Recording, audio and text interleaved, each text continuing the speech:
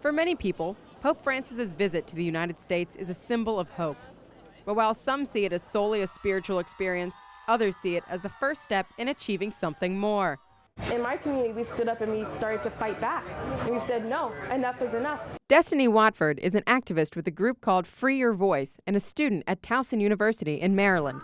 She spoke at a rally in Washington last week in support of the Pope's stance on climate change. It's a step toward a change in our system. So that's really crucial.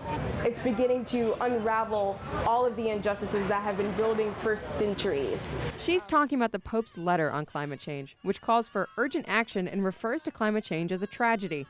But, Watford says, it's not just about the environment.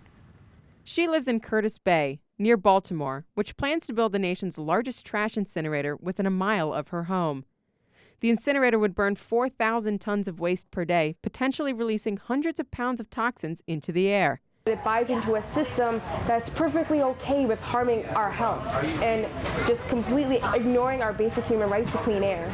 The Pope's letter, called an encyclical, blames big business, politicians, and even average people who don't see what he calls clear evidence. Skeptics say changes in climate are actually from natural cycles of warming and cooling throughout history that produce weather changes. But for those who believe global warming is a serious threat, the Pope's message is one they hope will make a difference. I mean, he's not just talking about, environmental justice, which is just one part of the struggle. He's talking about the social inequality, about poverty, about how all of these different stratifications and all of these injustices contribute to the system that we live in, which isn't working.